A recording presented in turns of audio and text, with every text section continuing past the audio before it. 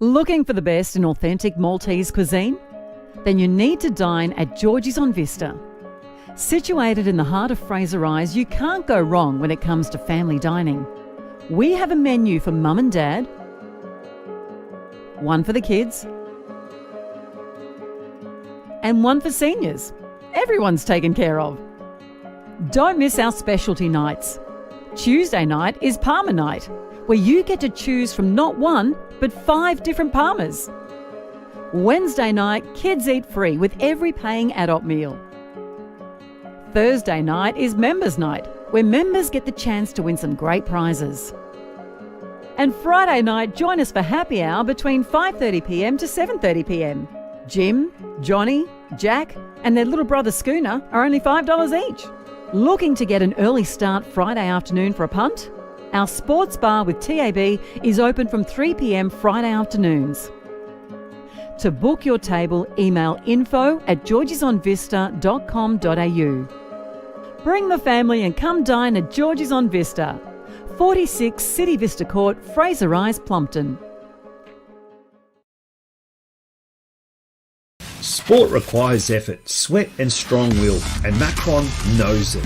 A leading global company with Italian DNA in the production and sale of sportswear, when Macron first entered the sports world in 1971, it was a small yet strong player.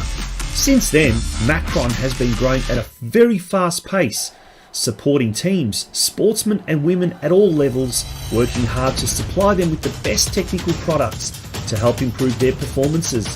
With over 4 million pieces of stock available in our Italian warehouse and an extensive range of on-field, off-field and free-time products, we cater for everyone from amateurs to professional sporting organisations, even referees.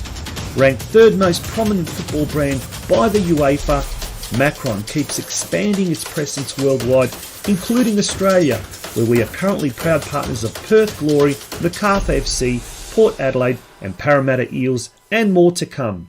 Work hard, play harder, Macron, your next teamwear partner. For more information, visit our website at www.macronvic.com.au or call us on 1800 Macron.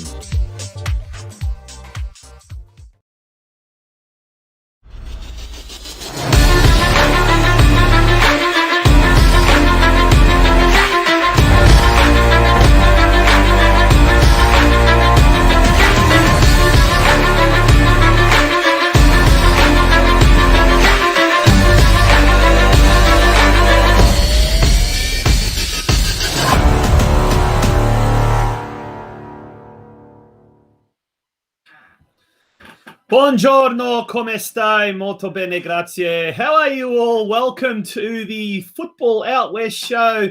And we've introduced this with a very, very Italian greeting because tonight it's got a very, very decidedly Italian flavour to the show. A little bit more about that a bit later on, though. But it's an absolute pleasure to welcome you to episode 69 of the Football Out West show. And my name is Tonci Prusak, and I'll be with you over the next hour and a half or so. And joining me, as he does week in, week out, is none other than the man, the legend, the Welsh warrior, Craig Filer. Craig, good evening, and how are you tonight, Craig? Good evening, Tonci. Good evening, listeners. Yeah, I'm all right, actually. It's That's the way. I'm okay. I've had a tough week, but yeah, feeling good today. So sun's been shining. I've been out for a walk. I've got a few beers inside me, so who knows what's going to happen tonight. We are going to make we're going to go and really forget about the doom and gloom that's happening around the world today, or around the state, or around our areas. We're going to talk about positives and a very strong Italian flavour tonight, mate. We've got an Italian sponsor. We're talking about Macron Victoria. They are our proud sponsors of tonight's episode, and a big shout out to the George Cross Football Club, who are our season sponsor, of course. But mate, we've got a very, very strong Italian flavour, both domestically and internationally, so to speak. Tell us a bit about our guest for tonight, and then we'll bring our third member of our illustrious panel. But who are our guests tonight? Yeah, look, a great guest for us. We're a Western-based show. Although we do make it a little bit worldwide now. It wasn't the way it was going to be, but that's the way it sort of happened as you grow. But we're really, really lucky to have it's a big pleasure to have the new Western United head coach John Aloisi joining us later on for chat on everything Western United. New coach after Mark Rudan left the club, and really looking forward to speaking with John. We spoke to him probably 2 years ago now. It sounds, it certainly was. And at that time, he was the Optus Sport commentator. So we might even get his little bit of a view as to the start of the EPL season. We'll talk a little bit more about that. But apart from John, and that's going to be a great interview, coming on around about the half hour, so around about 7:30. Do stick around for that, folks. We've also got, as of this week, a very, very special and, dare I say, exclusive Serie A correspondent. Good mate of yours, Craig. Yeah, Dan Pagnocolo. We've managed to get him on the show before. Unfortunately, last week he couldn't do it because actually he was playing football in Russia.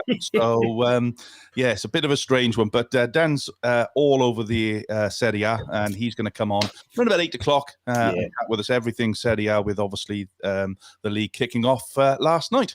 Yeah, but before that, let's introduce to you our third member of our team, the one and only Steve Curtin. Steve, what a pleasure it is to have to be graced by your presence tonight. Do you know any Italian, by the way? Oh, I'm not going to try and embarrass myself now. I certainly can't bring any words. Yeah, certainly not going to be able to bring any good Italian to the table. But I have been to a Serie A game once in Genoa, and it was fantastic, as was the pesto over there. But tonight I haven't really got any Italian treats, but I've got some snacks to keep me going. Nice can of something cold, and hopefully everyone else can settle in alongside us and enjoy an entertaining hour or so of football chat, banter, and information. By all means, folks, we want to see who is listening to us as well. We've got the usual characters there as well. Santino Mamon, Michael Ong, Vladimir Zetovic. Who else we got there? Clint Newton, who's actually a big fan of yours, Steve. He's always got some nice things to say, and he's already asking about you. Maxi Santic as well. The usual characters, but we also want to see new faces. We want to see people that don't necessarily or don't regularly come on board. So, we've got a few already. Gurgic, Mr. Security. Everyone knows him around the NPL traps. He does the security. So big cheerio to him as well. And he'll be very, very happy to know that the Macron Victoria sponsors, they have now released the Hajduk Split kit, the new Hajduk Split nice kit. as well. Very good one as well. And there will be more coming as well in September. More about that later. But, gents, let's start with the news. And Steve, do you want to take the anchor here? The newsreader. All right. Well, where can we start here with the 22nd of August? Here we are, Sunday night. Let's go. Ange Postecoglou's Celtic are hitting the heights over in Scotland. They're a 6-0 win over St Mirren there, and there's a jubilant-looking Ange there. They've had a great week as well because they knocked off AZ Alkmaar from the Netherlands during the week as well in the European playoff. They've got a second leg of that match coming up. But not only that, they've got his Ange's first Old Firm derbies coming up next weekend, I believe Sunday night at about 9 p.m. So that's going to be great viewing and great time for Australians. Absolutely fantastic stuff. How good is he going? Craig, your take on this? Oh, look, he's we have to remember it is Scotland, so let's not get carried away. The Welshman in him talking. No, listen, that's fair. He's doing a great job. You know, nobody from Australia thought he wouldn't. So obviously the Scottish public obviously were really unaware of Ange and his football style, but you know, very quickly he seems to have got them into some kind of playing style. And I watched, if you haven't seen the goals, there were 6 fantastic goals last evening. So he's off on a good start. They're playing some good football, high tempo, which is Ange all over. I'm sure it'll be a fantastic season for them. Yeah, no, they're doing really well at the moment. And look, I think the first game that Ange was there, they lost. Correct me if I'm wrong, guys. And the knives were out already right at that stage. But look, you know, 3 rounds. Oh, they did. They lost their first game of the season. But, you know, 3 rounds in, they're sitting sort of near at equal top of the ladder. Things are looking good. They have picked up. Now, here's the Croatian connection. We talk about the Welsh connection with Craig. The Croatian connection, Josip Juranovic, former Hajduk Split captain, has signed just in recent days. He's a very, very good fullback. he's going to shore up that Celtic defence even more. And as we said, speaking of Hayduk split, guys, Macron Victoria have just released the Hayduk split kit. You're able to get, and there's a special on that. Maybe Craig, if you've got the website or the what is it, the discount code or something like that. But yeah, there is very simple, Tonci. Head to www.macronvic.com.au. Search for the Hajduk split or any other kit now. Anything on the Macron site now is 10% discount if you put in FOW in the as the code when you get to the checkout. So very simple. Brilliant. But getting back to Ange Postecoglou, it is. Look, he's a trailblazer in some ways. Did very well in Japan. He's doing exceptionally well in Scotland. And yeah, it is just the Scottish league. Let's sort of but look, at the end of the day. But having said that, you've still got to play what you're up against, Tonci. 100%. No matter what league you play in, if you're only as good as the teams you play against, and if you're putting in performances week in, week out, then people will take notice. You know, he's signed ex-England goalkeeper Joe Hart. That was a problem for them in goals, and his experience is really coming to the forefront up there now, and he started really, really well. So yeah. Steve, let's move along to down south of the border to England. It's the EPL time, and we've had some big games happening already over the weekend. Let's have a look at some of those results and look at some of the fixtures ahead. We sure have. And just quickly on that last topic again, Tommy Rogic is rejuvenated. Look out for him in the Ballon d'Or nominees this year. But the EPL kicked off round 2 last night, our time. The early game saw a win for Liverpool at their first home game, 2-0 over Burnley there. Also, Aston Villa getting the same scoreline over Newcastle in their home game. 0-0 between Palace and Brentford. Another high-scoring game involving Leeds. Who would have thunk it? Leeds and Everton 2-2.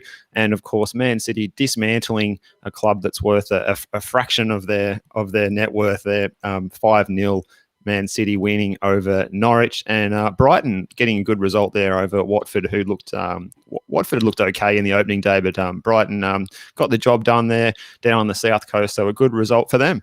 Craig, let's have a look at the fixtures coming up, starting with the big one, Southampton and Man United tonight at 11 p.m. But there's some more big games coming up over the next 24 hours. Yeah, look, that's Southampton going to struggle this year, I think. If Manchester United play with freedom and on the front foot as they did last week against Leeds, I think that could be a bit of a stuffing for Southampton if Fernandez, is on fire. I hope he is, because I got him as my triple captain in my dream team. So he's gone all in. I've gone in. I've gone big. How's that going? Guys, tell us how's the dream team going, Craig? Who's leading and what you're not after the first? Actually, very good, Tonci. I think we've got 60 odd players in it, which is really good. We've got a couple of professionals in there, in Steve Lambrakakis from Hoppers Crossing, who hasn't got a job and obviously sits by his computer all day long playing with his squad. So big shout out to Steve. He won the European, but it's good. It's good. It's good fun. It keeps you on your toes, keeps you thinking football, and it's a bit of fun. So absolutely. We'll go quickly on the ladder as well. The top 10 there. For all you Liverpool supporters, Maxi Santic in particular, isn't that a great sight to see? Liverpool on top, 2 clean sheets, 2 wins from 2 games. Brighton doing well as well. But Craig, you watched all the games from last night, so you were up all night or catching up on them this morning. Tell us your views from the games that you watched tonight, or last night, I should say. Yeah, well, let's start off with the main match, which was the early kickoff over here, which was Liverpool Burnley, and I thought Liverpool were superb. Coming back to their first game. In fact, it was their first home league game since they won the league. So just think about 18 months. 18 months since they played. So it was the first time that the supporters had been in and seen a Premier League game. And you could really tell that the players were pumped, the supporters were pumped. And, I thought they put in a fantastic performance last night. And still, running at probably 75%. You look at Virgil van Dijk, he's come back to the squad after a long layoff, and he's probably only at 65%. Matip's come back in. They had the young boy Elliott, who I thought was superb last night. Gave something different. They looked very, very good last night. What do you think, Steve? Oh, look, I didn't get to catch a lot of this game. I was actually we were watching the Cats earlier, and it was that infuriating the way that game finished. I got up and went and washed the dishes. I didn't want to watch any more sport actually after that. Oh, Stephen. I watched this game, guys, and I tell you what, as Craig said, it was like 60%, whatever. But Virgil van Dijk, I tell you what, and it was a really good statistic. I think before the game, one of the guys from Optus Sport there said it beautifully. A lot of his passes are either diagonally or forward. No, so in the game the week before. In the game the week before, yeah. Every pass that he had was forward, either diagonally. Yep. Not one backward pass. No. And it was how important he is to the team, not just from a defensive point of view, because as a tall centre back, he was just cleaning everything up. But the way he was also able to start attacks from their defensive sort of positions, that was just something that they've really missed. Which brings me to the next point. Steve, your thoughts. Can Liverpool do better than what they did last year? Oh, they'll definitely do better than what they did last year. It's a matter of can they challenge with the likes of Chelsea and Man City, the other big favourites. I think that's where my question was heading to. Yeah.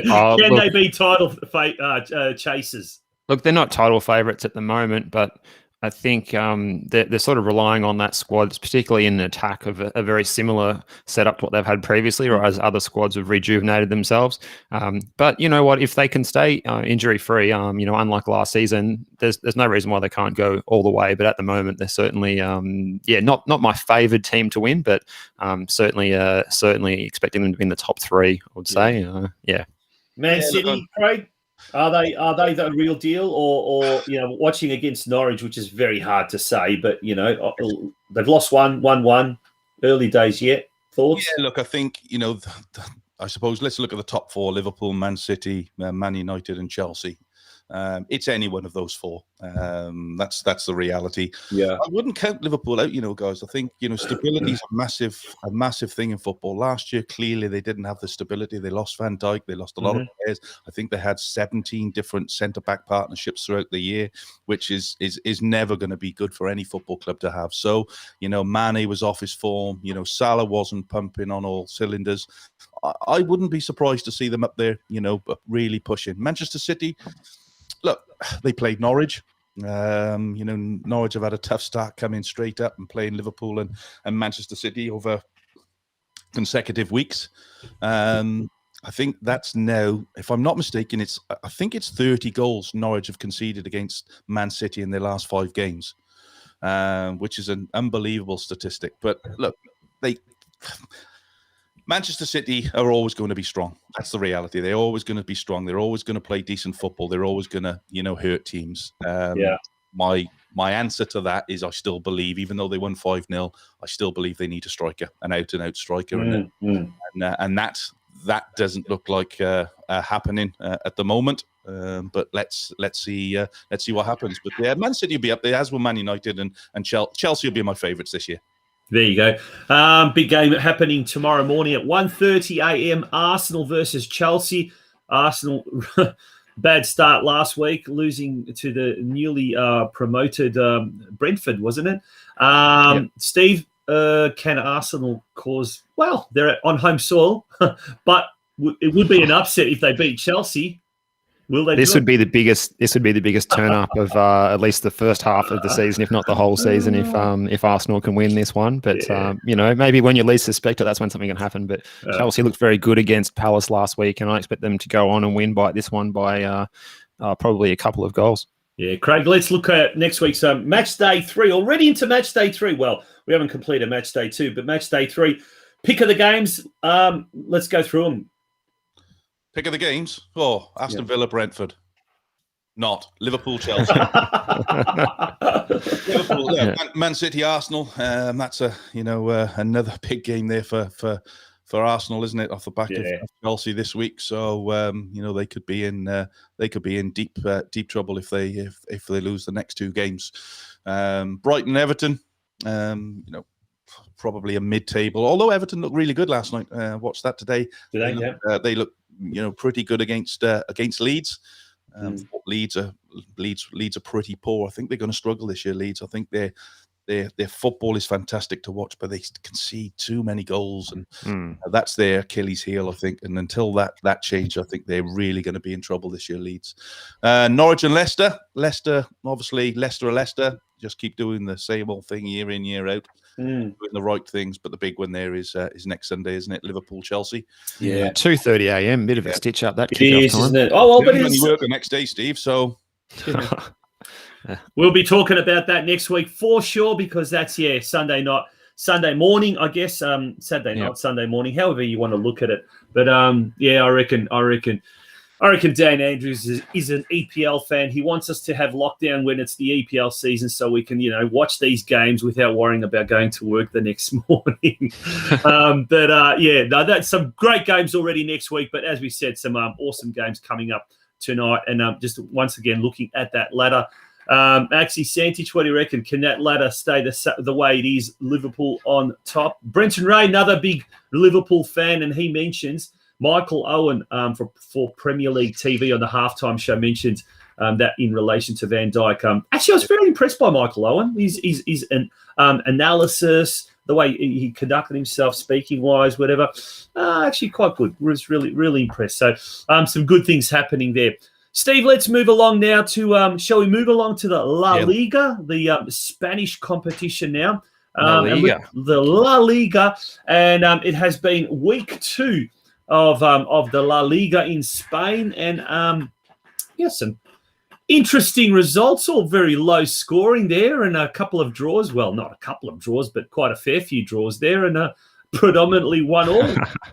Yeah, look, these games being played out in pretty hot summery weather in Spain at the moment, and players conserving their energy. Are they still in holiday mode? I'd say so. They have that tendency to kick off games at 9 and 10 o'clock at night, don't they? It's a bit of a different world to the British colonies like we are. Some of those scores: Alaves 0, Mallorca 1, Granada 1, Valencia 1, 0-0 between Espanyol and Villarreal, and 1-1 between Athletic and a 10-man Barcelona outfit. Got a red card there. Now let's having a look at the ladder. Craig, any surprises or anything interesting worth noting? Even though it's the start of the season, there, very, very early. Yeah, too early yet, Tonci. The usual suspects are there, aren't they? I suppose Mallorca's probably the only one after 2 games, but the rest are much of a muchness there, and that'll hot up as things progress. Yeah, Maxi Santic, nice comment there, interesting comment. Let's discuss this. Actually, La Liga is dead now without CR7 and Messi. Barca in financial turmoil, also going to be over by Easter. Steve, do you agree with Mr. Santic there? I think the proof will be in how these Spanish clubs perform in Europe this season, and I'll hold my judgment back until that time.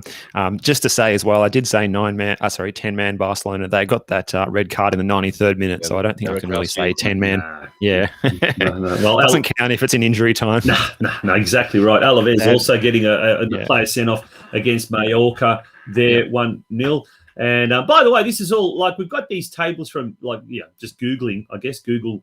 And you do whatever. And as you can see right next to it, they've got little highlights as well. So it's great to see a lot of the European leagues, Craig, are having these highlights reels, if you like, already done the next day. And you can just click on it and it takes you to the YouTube channel. Good to see, isn't it? Because sometimes there's so much football going on. There's only so much you can consume.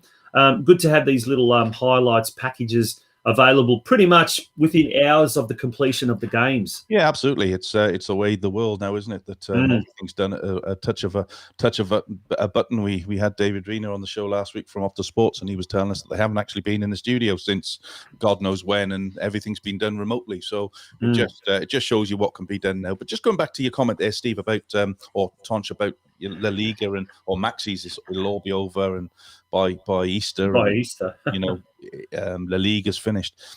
I actually tend to agree with him. I wouldn't say it's over, but I think what's happening now, you're seeing a turn, as you do every now and then. You'll see a turn in leagues, and Italy have been behind the ball for probably 15, 20 years now.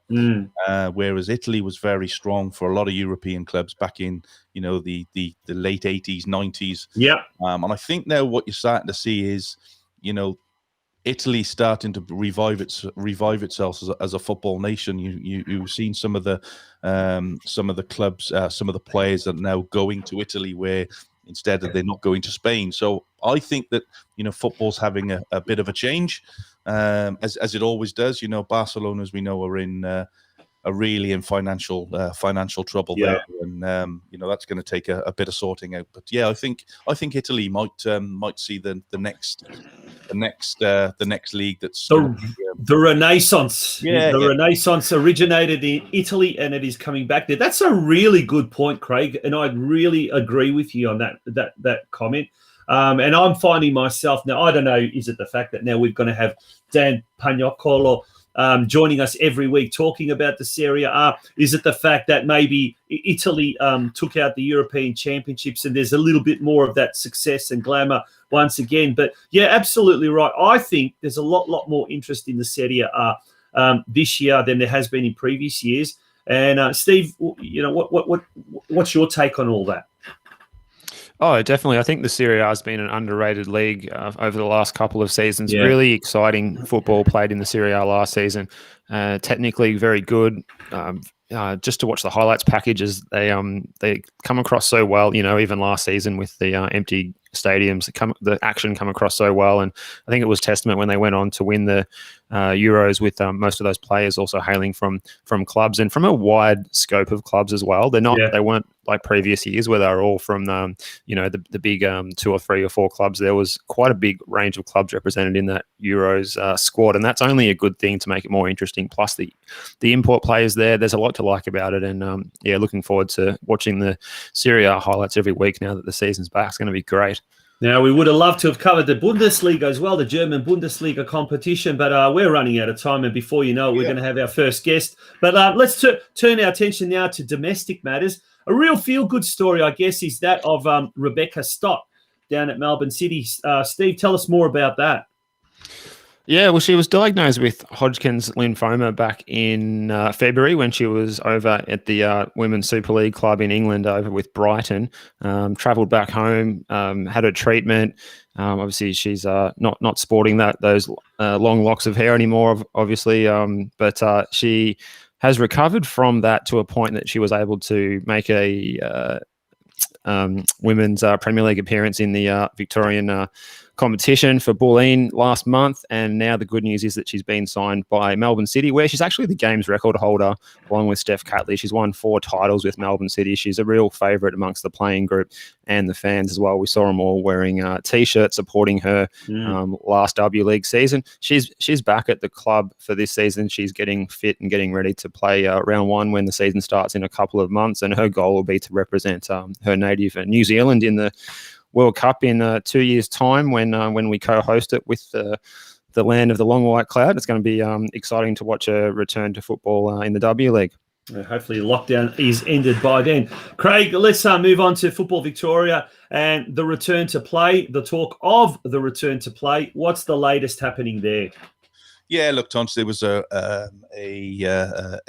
was 2 things, actually. There was an email sent out to all clubs in the State League and the community football last week with a couple of different options for clubs. Look, I can tell you categorically that the Football Federation are almost adamant that they want to get the season finished. They've been in lots of discussions with different codes around the country, including cricket, AFL, all those basketball, with a view to extending our season, which I believe is going to the end of October or end of September as we speak. But that may change now, given the lockdown situation everywhere else. And on Thursday night, the NPL clubs met with Football Victoria on a conference call, and much the same.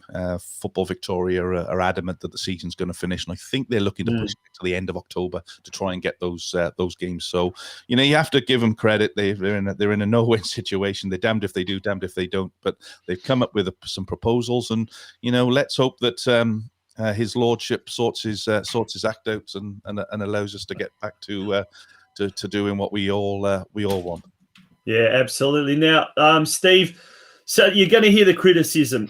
People are going to say, Football Victoria, they just want money. They just want us to be able to pay registration fees and this and that. But at the same time, this is let's put it into perspective. It is the second year we've been affected by lockdowns and restrictions and what you're not.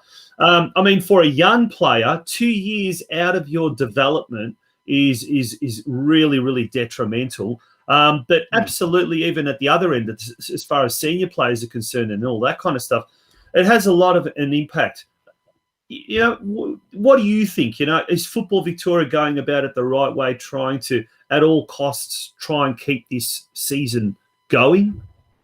Yeah, well, firstly, like you say, it is disappointing that young players and players of all levels have missed out on competitive matches, because that's how they can improve, how they can get better. They've had plenty of training, but not enough matches, obviously, over that time. And the fact that they're doing everything they can to try and keep it going, to try and make it happen, particularly in such difficult circumstances, is certainly not a time to be giving criticism to anyone, as people are working overtime trying to make things happen and make the best of a bad situation. So criticism, certainly, in my opinion, is certainly not welcome at the moment. It's not about money or anything. It's about trying to deliver a football program for everyone, because that's, at the end of the day, that's their job, and I think they're doing the right things, going the right way about it. Yeah, Craig, we heard what you spoke about, but your gut feeling. There are a few folks saying they're very pessimistic in the comments section. Your gut feeling, with taking all into account with the current situation, and obviously the likelihood of working with cricket and other facilities, etc. Will we see football this year? Oh, Tonci, look, in my head, we says yes. My heart probably says no. It's just in that we're in the unknown, aren't we? We don't know what's going to happen next week. As much as regional Victoria this week, we're playing football up until what was it, Sunday morning? I know my club, North Geelong, Friday night. Friday night. On. Yeah. Well, North Geelong were playing a friendly against Geelong in the NPL on Sunday.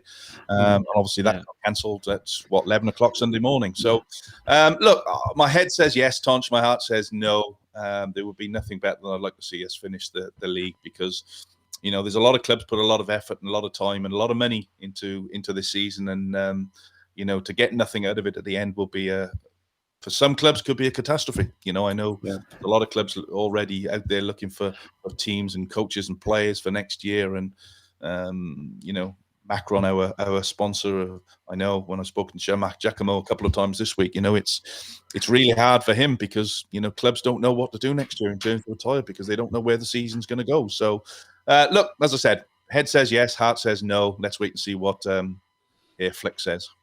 Not sure if that should be the other way around. The heart says yes, we all want it, and the head says no. Either way, whatever the case may be, let's just keep our fingers crossed and that the season will continue. And also that the new A-League season will start without too much disruption. And which brings me to the next point.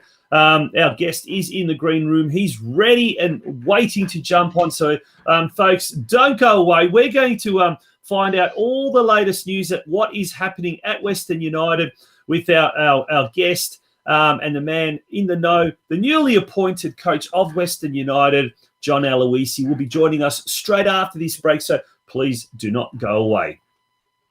Sport requires effort, sweat and strong will, and Macron knows it. A leading global company with Italian DNA in the production and sale of sportswear.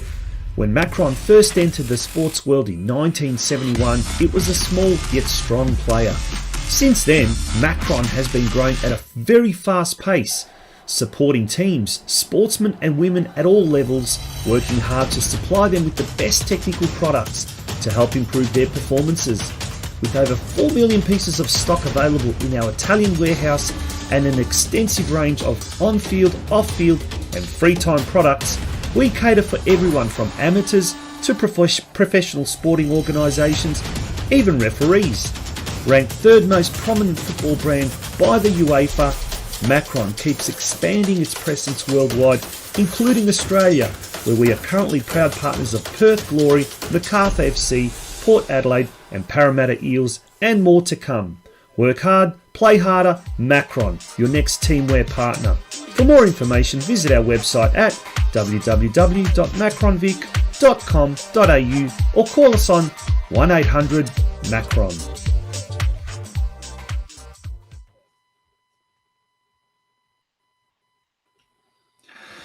Welcome back to the Football Out West show. It is episode 69, gents, and I tell you what, it has. It's been a good little banter, a good big conversation. The overseas leagues that are happening and that are in full swing at the moment. But now it's our great pleasure to welcome our next guest, the newly appointed coach of Western United, John Aloisi. John, thank you very much for joining us.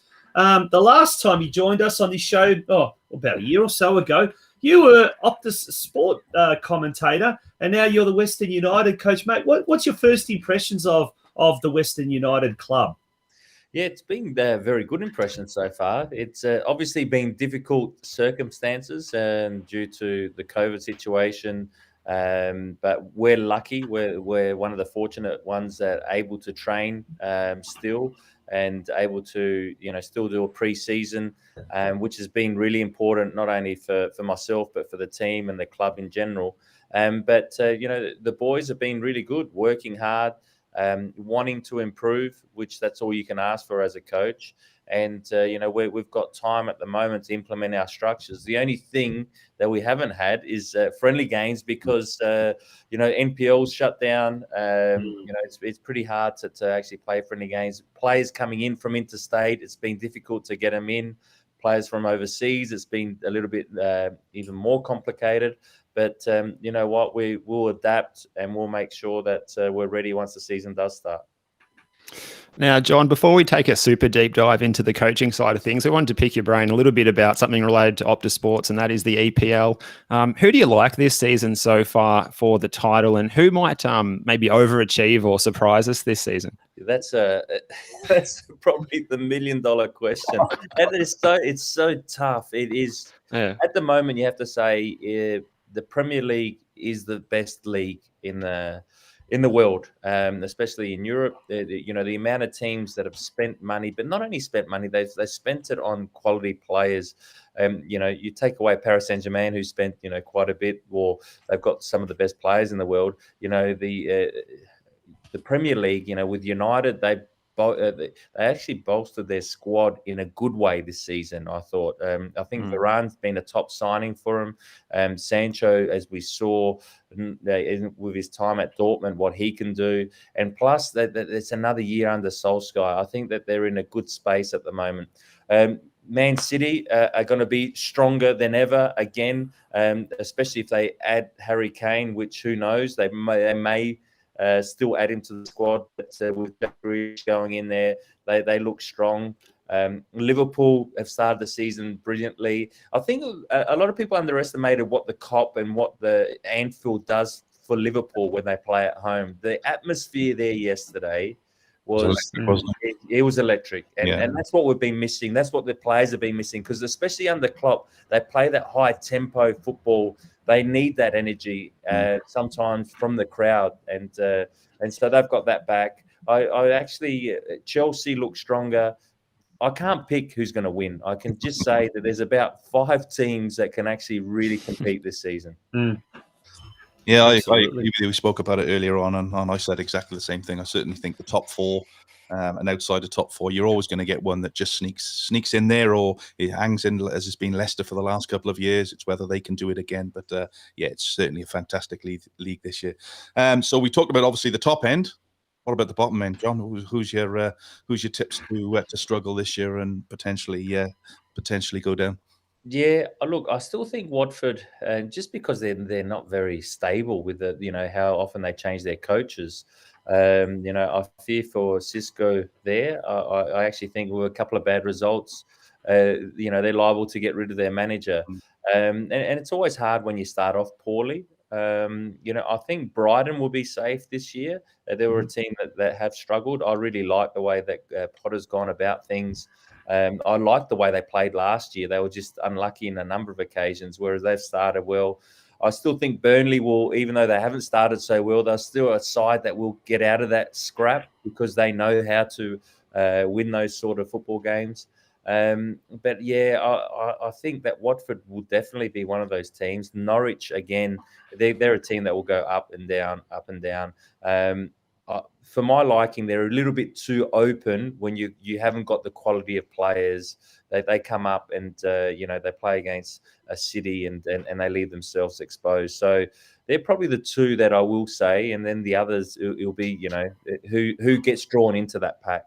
Mm-hmm. John, let's now turn our attention to matters domestically. And we did see a little bit of footage there of the pre-season session held earlier this month. The club has settled into its first month of pre-season. How are things going, and how are the new signings settling in particular?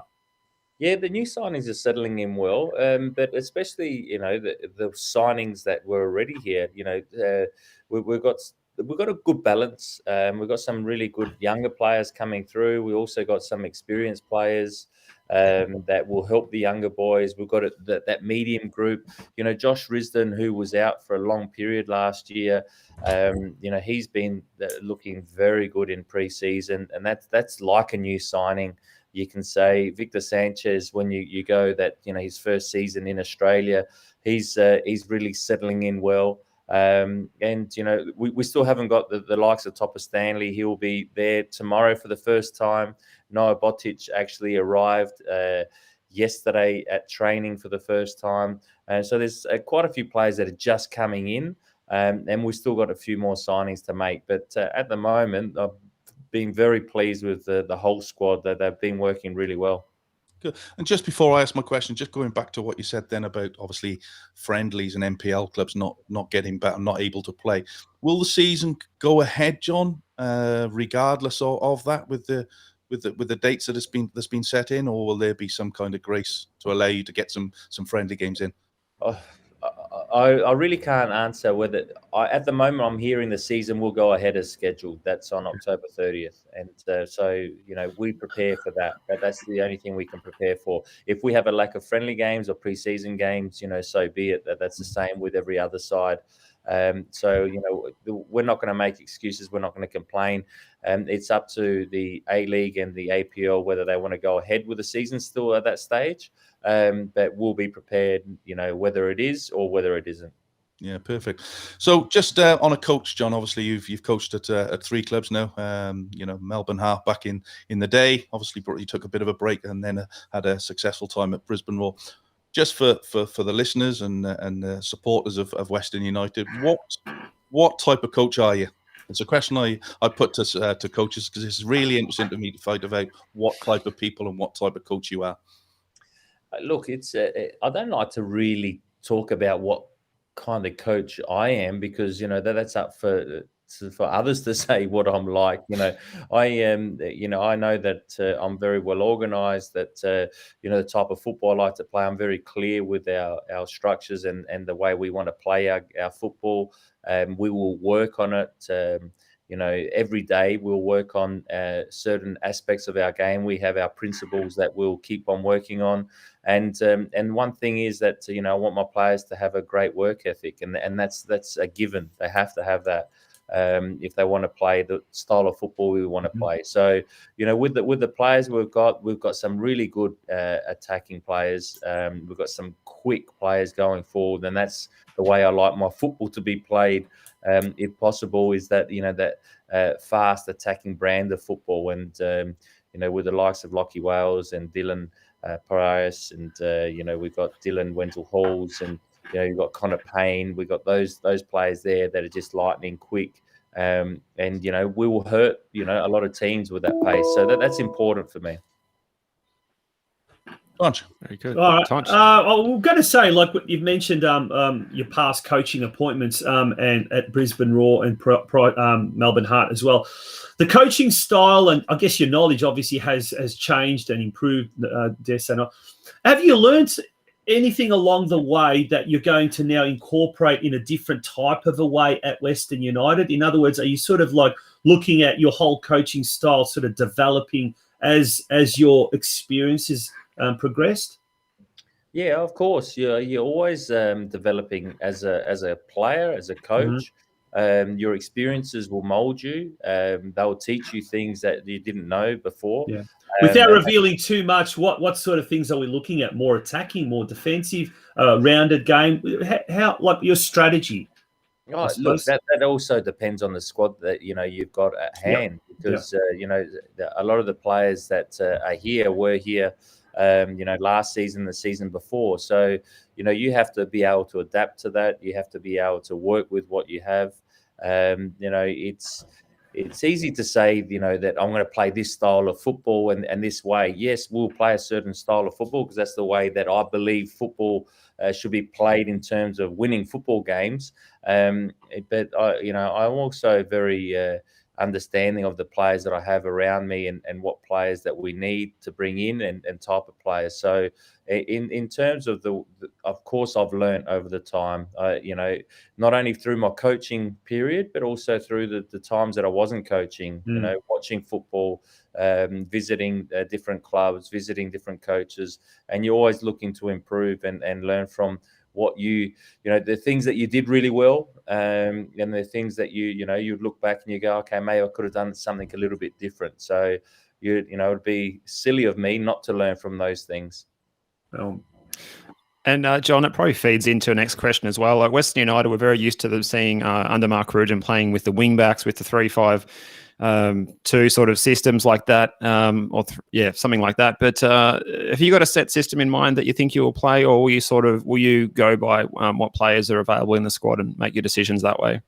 Look, normally I'll go with what players I have, at the start of the season to sort of see what's going to best suit the team. But I've got no real set system that I go, this is the system that John Aloisi likes, and that's the only way that we're going to play, because we've got players like Diamante. I need to try and get the best out of Diamante because he's such a quality player, especially in that final third. There's no better player in the league than him. So how can I get him into those positions? If you've got enough quality centre backs, at times you can play a 3 at the back with wing backs, because we've got some good players that can play that sort of system. But it will be over the preseason, I'll sort of see exactly what suits the players that I have available. And but it doesn't mean that your principles change. You can play a 3 at the back, a 4 at the back, but your style of football can still be the same. It doesn't change. So, in terms of players, John, it's a bit of a double question for you. How important now is man management in your role, obviously as a head coach? It's not just about what you're doing on the field; it's about what you're doing off the field. How important is the man management of players, and does it differ from when you were a player, in the UK and Spain, as the game changed, where it now it's a little bit more different?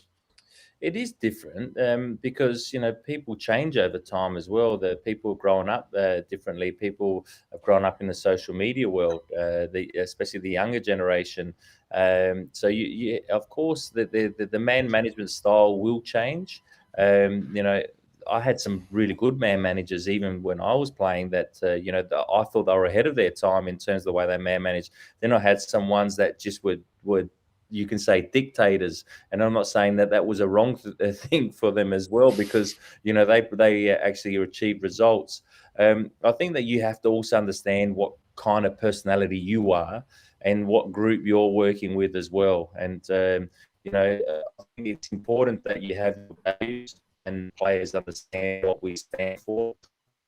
You're trying to establish, that you have your boundaries as well, and your guidelines, not only, the tactical guidelines, but also the way we behave as a club and as a team.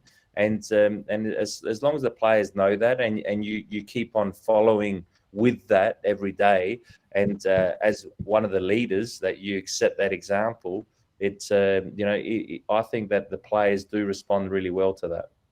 Now, John, I guess from a point of view of man management, we move along to squad management. And look, the Western United squad that is developing, and as you said, there are a few more signings still to be made, but it's quite relatively young with players like Wales, Pieris, Wenzel, Halls, and Botic. I'm really excited about that kid. I think he's going to be great. Then you've got scholarship players such as Bozanovski, Ajak Dur, Ayon Mayok, and Nicholas Milanovic, who was there last year. How excited are you as a coach to see these young players coming through the ranks? And look, obviously you're in a situation where you got to get the results, but at the same time you want to give the kids a bit of a go. How do you get torn? Are you torn between those two things, sort of the results and playing with the established players, but also at the same time giving the young guys a go? How do you as a coach think about those sort of things? Look, as a coach, you're there to improve your team as a whole and each individual. And doesn't matter whether they're an experienced player coming towards the end of their career or they're a younger player. So you're there to help them improve as players and as individuals. And you don't want to just say that a younger player needs to play because he's a younger player and he looks like he's got talent. He needs to earn that position as well. And and if he does, I've got no qualms about playing a younger player before a more experienced player. If he's doing better in training, he's shown the right attributes, the right qualities, the right work ethic, and then you will give him that opportunity. You will also understand with younger players, they'll make mistakes along the way, but as long as they're doing the right things and they've got the right mentality, you don't mind. But it doesn't mean that you just give them an opportunity because they're young. So, I had that at Brisbane Roar with, Brandon Barello, with James McLaren. They were good enough. They showed the right attitude and, they deserved to play. But then there was others that probably didn't get their opportunity because they weren't showing, more than what an experienced player was. Good point. Yeah. Now, just on one of those young players, Noah Bodic, he's come back from Germany to play under yourself here in Australia, and I think he's excited given that he gets to play under someone who was a world-class striker in his day like yourself, to help him hit the heights as a senior player. He's done very, very well and been a prodigious talent at the youth level. I think you said you've only had one session with him so far, so it's probably too early to tell, but what sort of player do you think he could become as a senior player? Look, I see that he's one of those strikers that he's got an eye for goal. His movement in the box is really good, and you saw that with the Under-17s World Cup. How many goals he scored. A lot of people that don't really understand the striker sort of the way that they work. That it's how you get yourself in those positions. So it's improving that, getting that to a level, but he's got that instinct already, which is great.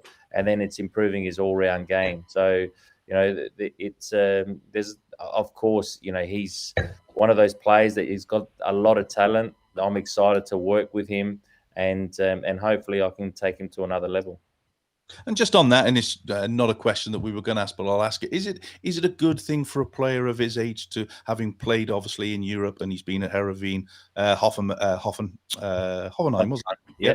And he obviously hasn't played in senior, but he's been playing in that youth system. Is it good for the players to come back into Australia, or would you rather see these young players establish themselves in Europe, whether it's in a second division or a third division? Football is very different, John, as you know, in Europe. Where do you sit on that one? It works different for everyone. You can't say that there's one rule and that's it. That's what you have to go by, because you look at Aaron Moy. Aaron Moy had to come back and prove himself back in Australia to then go back overseas and do well. And there's others that will go down those lower divisions and work their way back up, as long as they get that men's football because they're over in Europe. So you can't say that there's a set rule. Each individual has to understand where they're at. If there are any opportunities to play senior football over there, if not, come back here and play in a good, learn in a good environment, improve.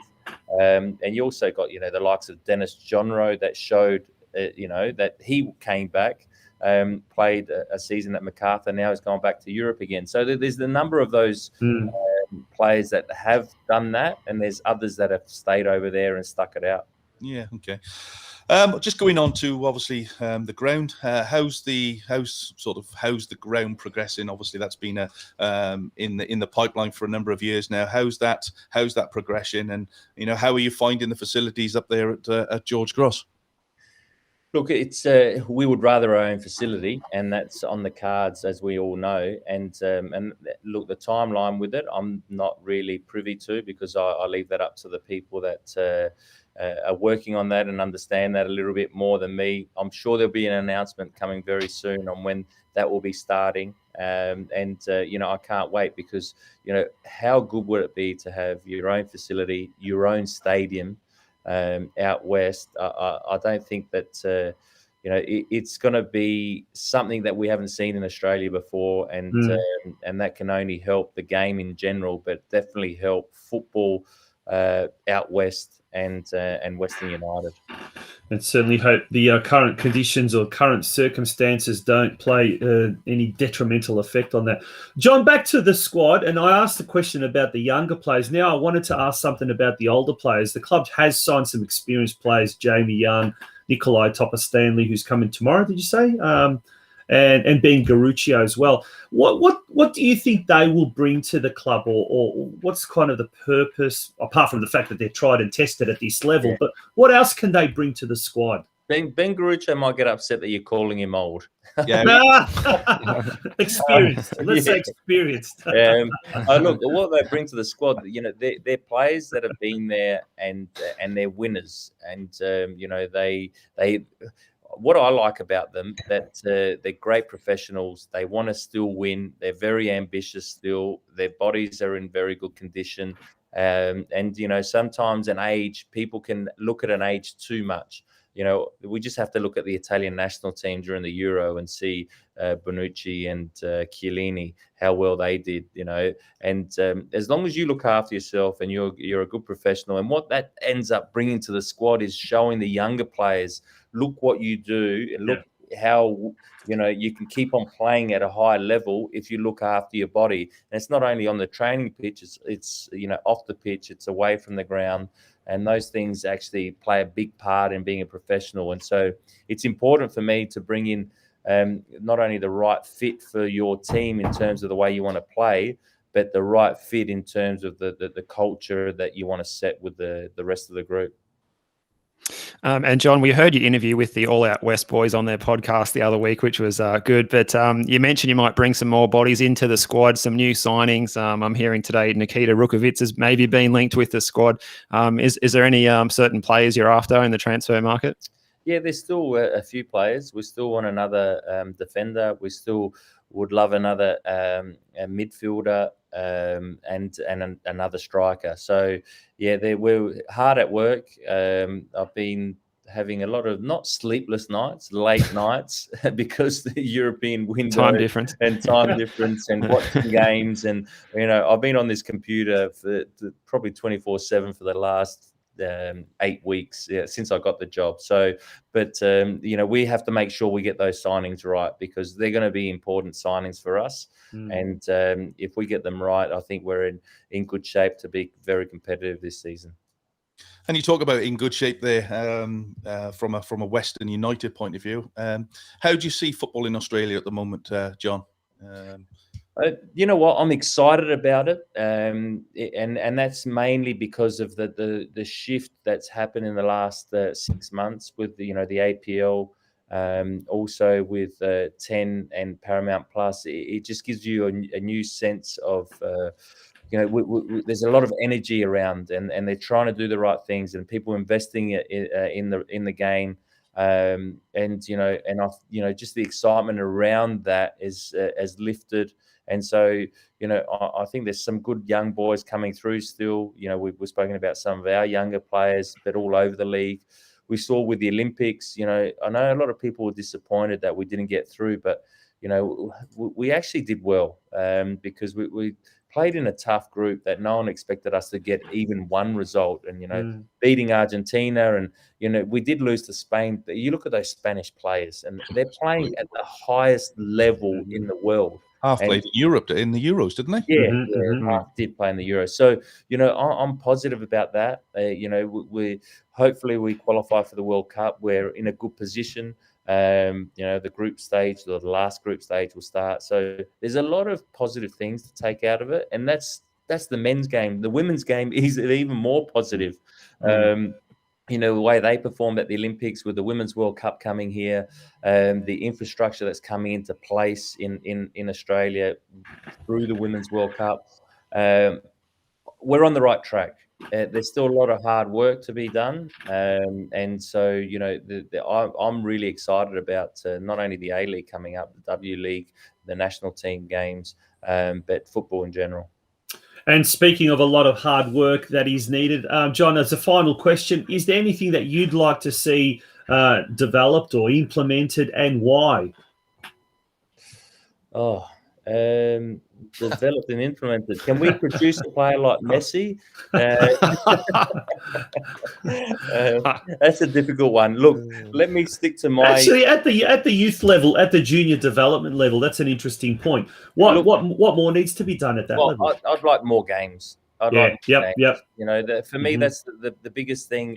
You know, we can talk about coaches. We can talk about how we're supposed to be coaching the young players, but the players need games. And you look at Pedri, and I'm talking about Pedri because that's on everyone's lips at the moment. The Barcelona player, the Spanish international, he played nearly 100 games in the calendar year. 18, now, that's phenomenal. Now, the only reason why he can play that because he virtually played that as a kid when he was growing up. The rest you can't play that.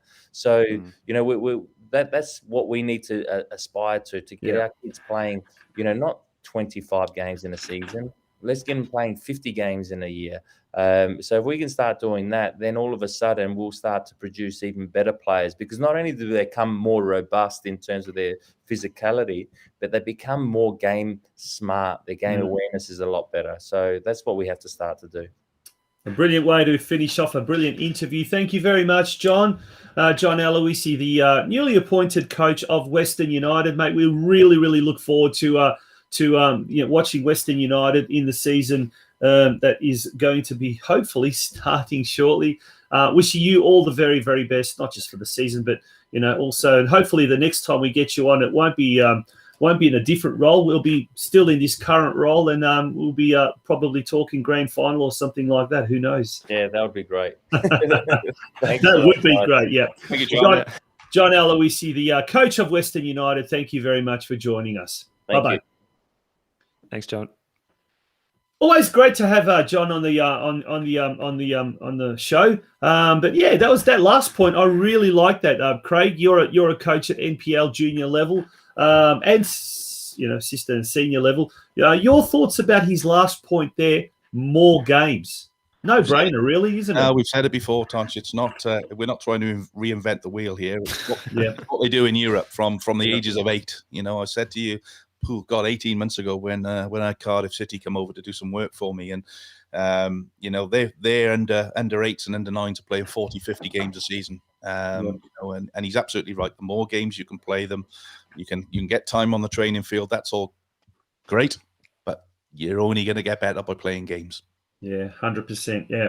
Okay, guys, we're going to step away, have a little bit of a break. When we return after this break, we've got the man on the phone. Get this, the Serie A Italian correspondent all the way from Russia, Dan Pagnoccolo, will be joining us. But in the meantime, just a little bit of a community service announcement. We're looking at expressions of interest being sought for possible C and B license courses in Geelong later this year. So if you go to ffvgeelong.com.au, that website will have all the information there. There's also a game training certificate planned for later in October at North Geelong Soccer Club, and that as well will be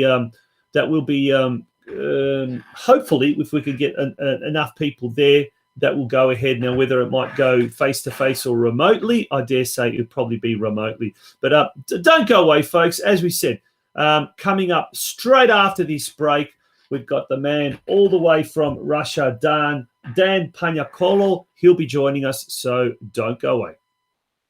Sport requires effort, sweat and strong will, and Macron knows it. A leading global company with Italian DNA in the production and sale of sportswear. When Macron first entered the sports world in 1971, it was a small yet strong player. Since then, Macron has been growing at a very fast pace, supporting teams, sportsmen and women at all levels, working hard to supply them with the best technical products to help improve their performances. With over 4 million pieces of stock available in our Italian warehouse, and an extensive range of on-field, off-field and free-time products, we cater for everyone from amateurs to professional sporting organisations, even referees. Ranked third most prominent football brand by the UEFA, Macron keeps expanding its presence worldwide, including Australia, where we are currently proud partners of Perth Glory, Macarthur FC, Port Adelaide and Parramatta Eels, and more to come.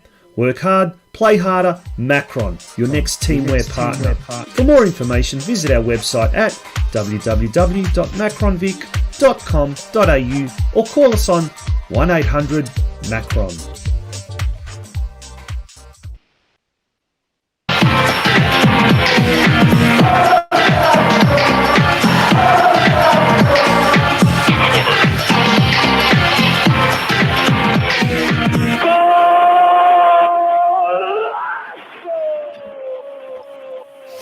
Whoa. What a way to introduce our next segment. This is going to be an absolute fantastic one. Mate, Craig, have we got our man on the line? He is all the way from sunny. I would imagine it's sunny Russia. I saw him watching some beach football on the weekend. Dan Ponoklo, how are you there? Hello, everyone. Not sunny today, but the weather's still good, luckily. There you go, Dan. Dan, it's Tonci here. Great to have you on the show. Welcome aboard as our special Serie A correspondent all the way from Moscow. Doesn't it sound very exotic, doesn't it? That's great to see, mate. First of all, how's your weekend been? It's been all right. So we had didn't know prior to this week, we got the FIFA Beach Soccer World Cup here. So it's been taking up a lot of time. So I've been heading over there to have a look. It's been pretty exciting. Another big event here in Russia, which has been great. And what sort of players come to that? Any well-known players are venturing over to Russia for that? There's a lot of ex-pros that's kicking around. I mean, a lot of older players seem to be playing. They can tell by the way they're playing that they've played football professionally. But then you have those players that have played beach football their whole life, and it's just a whole different style of football. But it's very exciting. It's a carnival atmosphere. So it's a nice way to spend the weekend down at the Luzhniki Stadium here.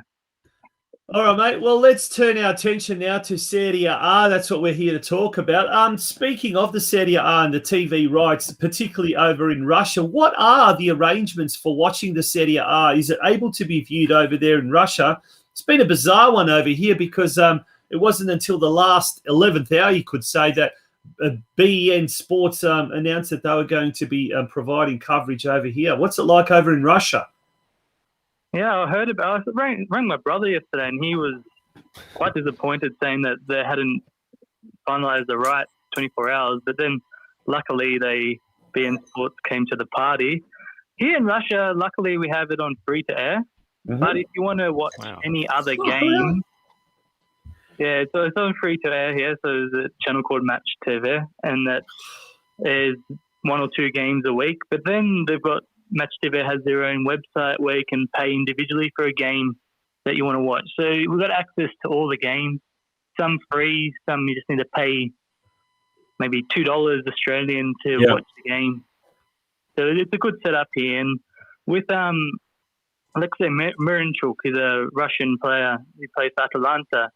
Since he signed for them, there's been a big push for the Atalanta game. So that was on free-to-air last night, and they're showing more and more games because of him, and a lot of other Ukrainian, and there's an Uzbek player now playing in Italy. So we'll have to see more Roma games as well, because Aldor Shamartov just signed for Roma.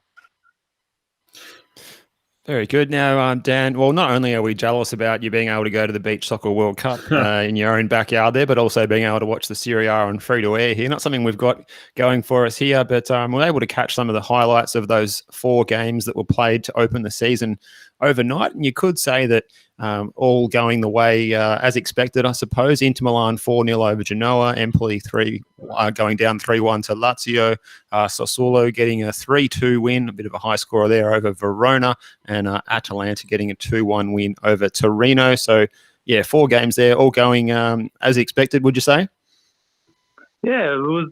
No, the results were expected, but it was just the excitement of the first day, like a lot of goals. I mean, Serie A in the past has been known for limited amount of goals, but Inter came out of the blocks firing.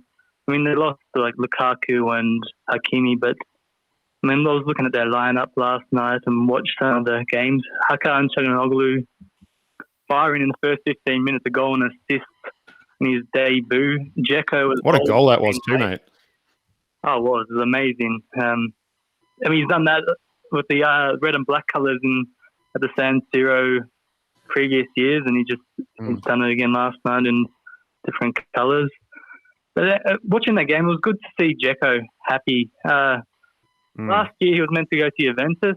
That fell through at the last minute. He played at Roma. I mean, he quite openly said that he wasn't too happy, but I mean, they had a great Europa League run, so he stayed positive, was contributing to the team. But yesterday, he just looked like a new man. He scored in the preseason matches, and then last night he just looked like a happy player, and it was good for him to get into the score sheet last night. Yeah, it's good seeing a big number 9 like Dzeko. When he plays well, it just puts a smile on your face, I think, regardless of whose colours he's wearing, whether it was Man City, Roma, or Bosnian national team. And now in the the blue and black there. Now, did anyone else catch your eye in particular from the other games? Yes, I mean, I was swapping in between Verona and Sassuolo and Inter Genoa at the same time. Matteo Sacagna is for Verona. They might have gone down 3-2, but he's an amazing player. He had a great season last year, and yesterday, once Miguel Veloso went off for the red card, once he put on that armband, he just turned into Super Saiyan mode. He won a penalty, scored another one late, and I wouldn't be surprised come next November that he's in the Azzurri squad. His development from last year was massive, and if he continues that form this year, he'll definitely deserve a spot next year in the World Cup if Italy qualify. For sure. Craig.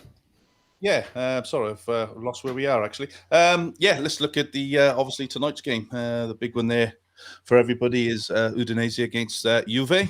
Juve have had some news this week with Locatelli signing for them on loan, I believe, Dan, from Sassuolo. Yes. Is that right? Yes, that is. He's on a 2-year loan with the Juventus having the option to buy him after the 2 years is up in the next summer, the summer transfer in 2 years' time. It was a matter of time. I mean, after the Euros, Arsenal did put some bids in for him, but his family all follow Juventus. I think so it was always a matter of time before he went there. It was disappointing that. Sorry, Dan. I think if Barnett had put a bid in, he'd gone there before he went to Arsenal. I mean, exactly. I mean, Arsenal's not even playing in Europe this year, so it was a no-brainer for him. But the reaction in Italy was just a matter of time. But the way I think Sassuolo didn't get as much as they could out of him regarding the deal, because he was hot property, especially after his performance against Switzerland at the Euro. His name was in lights all over Europe. So Juventus got the good end of the deal there. So exciting to see him play there, and will continue to further his development as a player. Yeah, perfect. So you've got Udinese against Juve. You've got Roma against Fiorentina. How do you see that one? That's Mourinho's first game in charge of Roma. Yeah. So Roma had a Conference League game during the week. So it's his first official game in Serie A this week. He might have a tougher task than he expects. I mean, Fiorentina have a very, very good striker named Dusan Vlahovic. He scored 21 goals last year. Atletico Madrid were keen on him. But Fiorentina kept on upping his value because they want to keep him, because they don't want the same thing that happened with Chiesa. They lost Chiesa. So he might have a tough game, but we'll see what happens.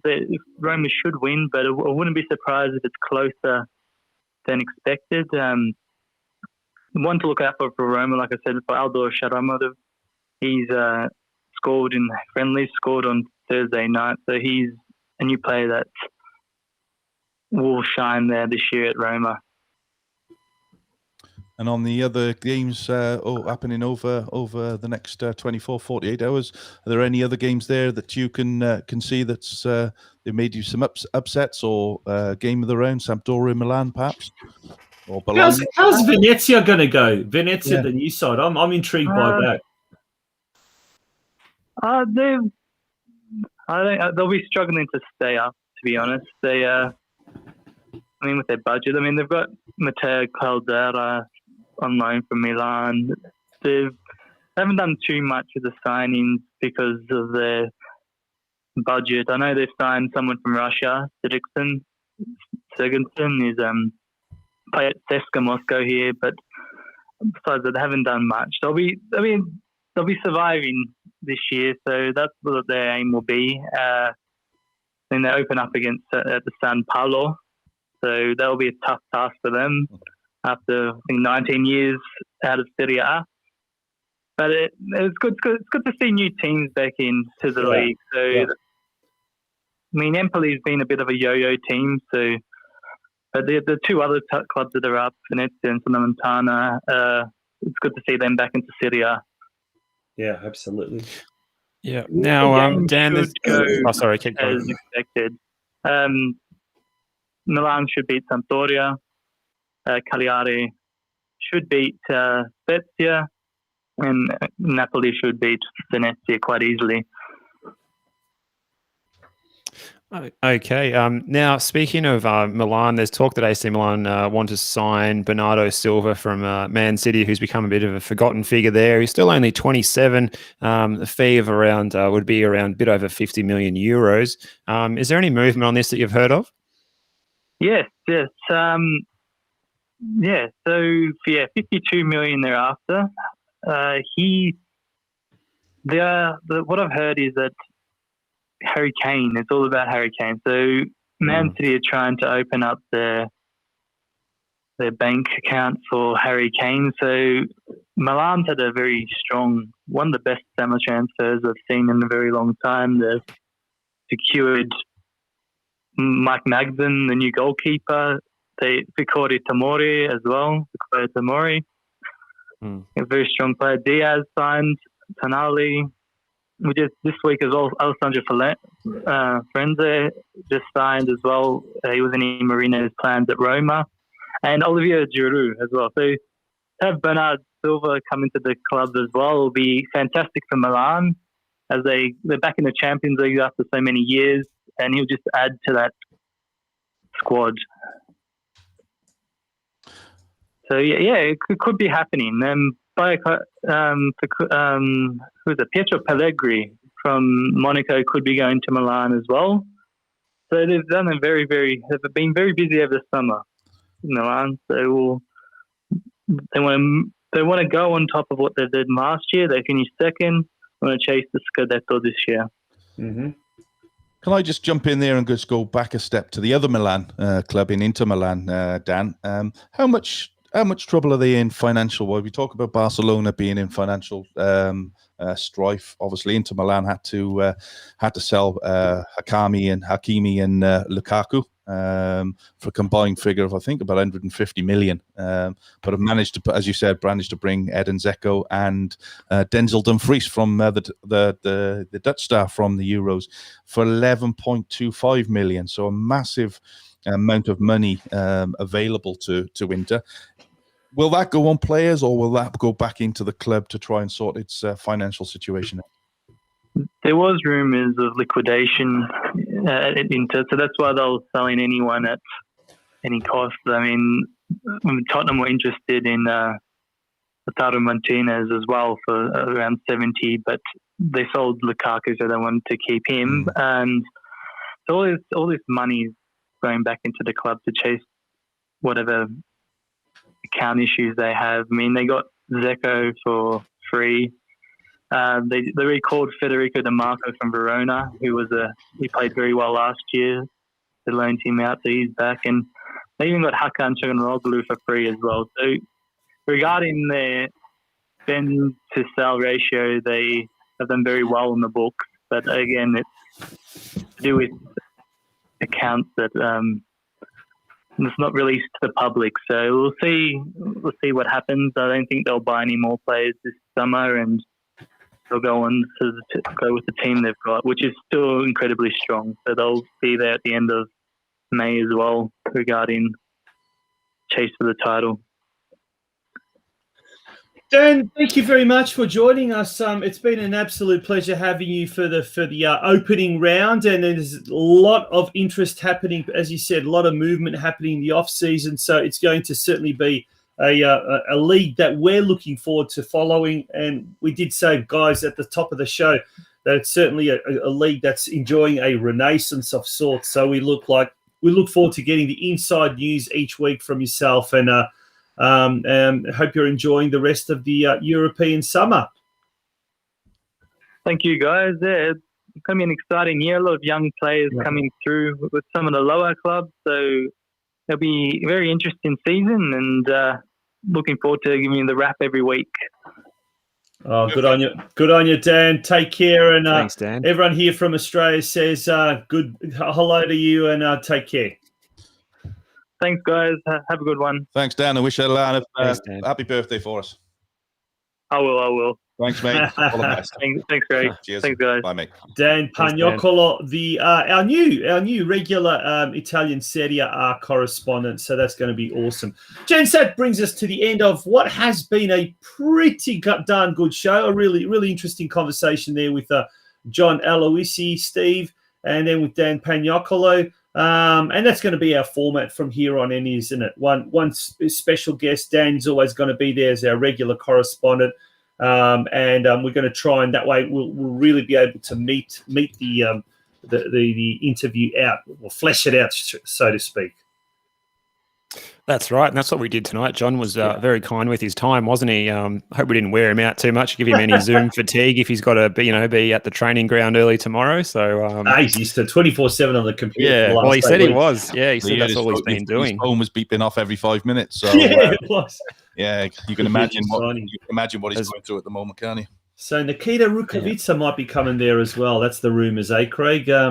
What's your thoughts if that does eventuate? Look, if he comes, great. It's another great player for the A League. So look, he's like he said, he needs probably 3 players, another defender, midfield, and he certainly needs a striker, don't they? You've lost Besat Berisha, and what's the other lad that's gone back to Sydney? Burgess has gone back to Sydney as well. And Gorachina, I suppose, is another attacking mid. Yep. So he definitely needs those players. So it'll be interesting to see over the next couple of weeks who and what they sign. Gents, thank you very much for being a part of tonight's show. We look forward to having your company again next Sunday on the Football Out West show. It will be our episode 70, Jubilee episode 70. So really hitting goals. Gents, all the best. We look forward to having your company then. Cheers, all the best, guys. All the very best to everyone else as well. Really, really stay. I'm not going to say stay safe, stay sane. Good night and all the very best. Bye-bye.